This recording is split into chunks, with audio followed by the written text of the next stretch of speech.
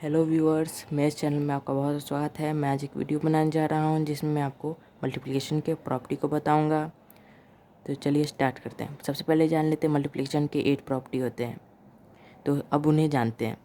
तो सबसे पहला प्रॉपर्टी होता है क्लोजर प्रॉपर्टी फॉर मल्टीप्लिकेशन। तो चलिए इसे पढ़ लेते हैं।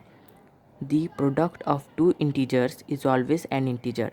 तो इसमें हम लोग ने ये जाना कि अगर दो इंटीजर को मल्टीप्लाई करें तो उसका प्रोडक्ट एक इंटीजर होगा। एग्जाम्पल में हम लोग ने ये लिया 3 इंटू 8, जो कि दोनों ही एक इंटीजर है, 3 और 8। इन्हें हमने जब मल्टीप्लाई किया तो 24 आया, जो कि एक इंटीजर है। तो चलते हैं दूसरे प्रॉपर्टी की ओर, कम्यूटेटिव लॉ फॉर मल्टीप्लिकेशन। तो चलिए इसे पढ़ लेते हैं। For any two integers a and b we have bracket a into b close bracket equal to bracket b into a close bracket. Example में हम लोग ने ये लिया कि a को अगर 3 मानते हैं और b को 4 मानते हैं तो 3 इंटू 4 12, और वही b इंटू a के लिए 4 इंटू 3 12।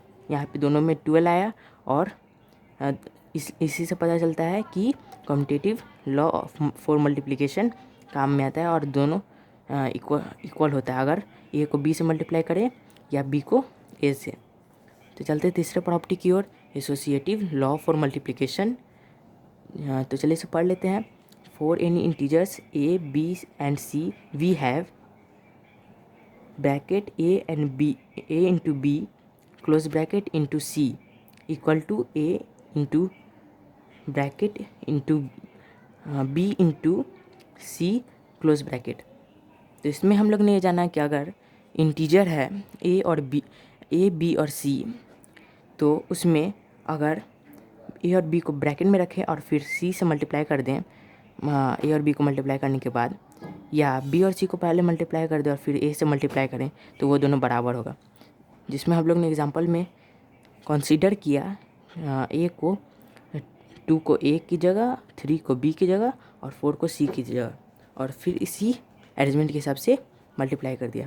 तो सबसे पहले इस मल्टीप्लाई को देख लेते हैं। इस a b को ब्रैकेट में रख के, तो 3 इंटू 2 इंटू 3 6 हो गया, और फिर 4 से हम लोग मल्टीप्लाई कर देता तो 24 आया।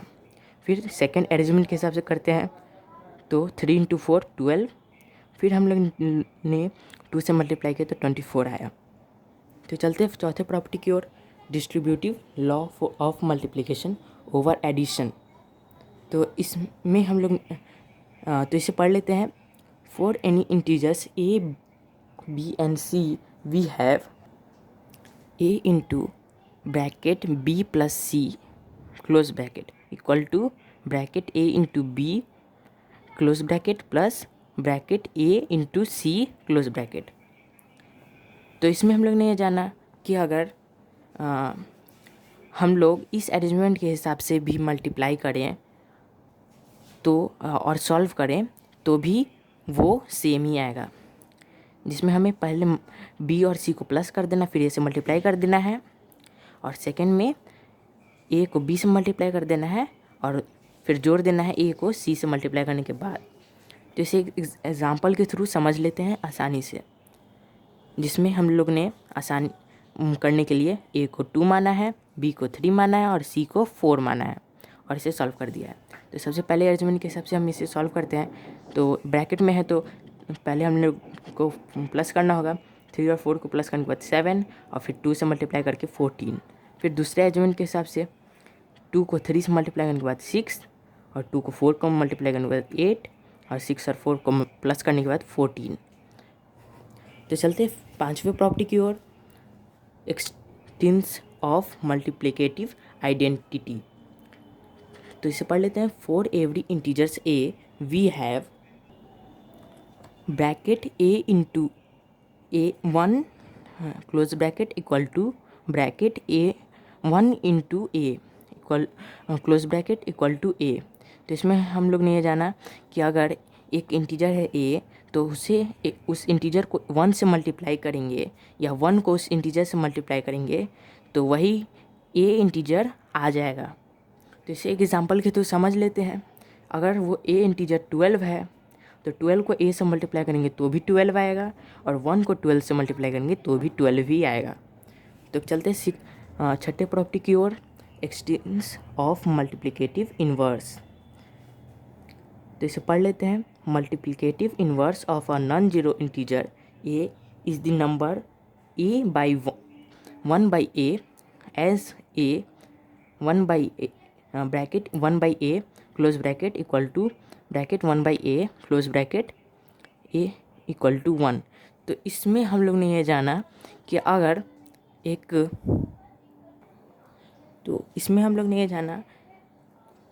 अगर एक नॉन जीरो नंबर है, मतलब कि उसमें जीरो नहीं होना चाहिए, जीरो के अलावा जितना भी नंबर है, तो अगर उसका मल्टीप्लिकेटिव इन्वर्स करेंगे तो वो 1 ही आएगा उस नंबर का। अगर वो जीरो नहीं है तो उसका मल्टीप्लिकेटिव इन्वर्स 1 आएगा। तो इसे एक आसान से एग्जांपल के थ्रू समझ लेते हैं कि मल्टीप्लिकेटिव इन्वर्स ऑफ 5, एक नंबर है, इंटीजर है 5, इसका मल्टीप्लिकेटिव इन्वर्स करेंगे तो 1/5 लिखते हैं हम लोग।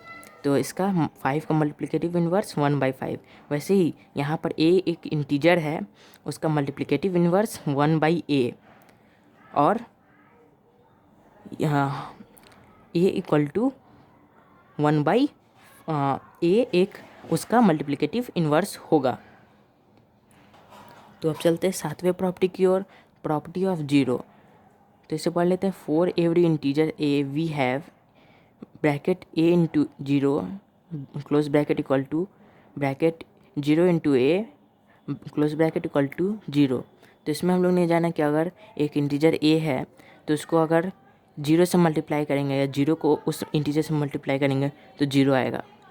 इसे एक एग्जांपल के साथ समझ लेते हैं। अगर एक इंटीजर 8 है तो 8 को 0 से मल्टीप्लाई करेंगे तब भी 0 आएगा, और 0 से 8 को मल्टीप्लाई करेंगे तब भी 0 आएगा। तो आपको ये वीडियो बहुत अच्छा लगा होगा तो इसे लाइक से सब्सक्राइब जरूर करें। Thank you, thanks for watching this video.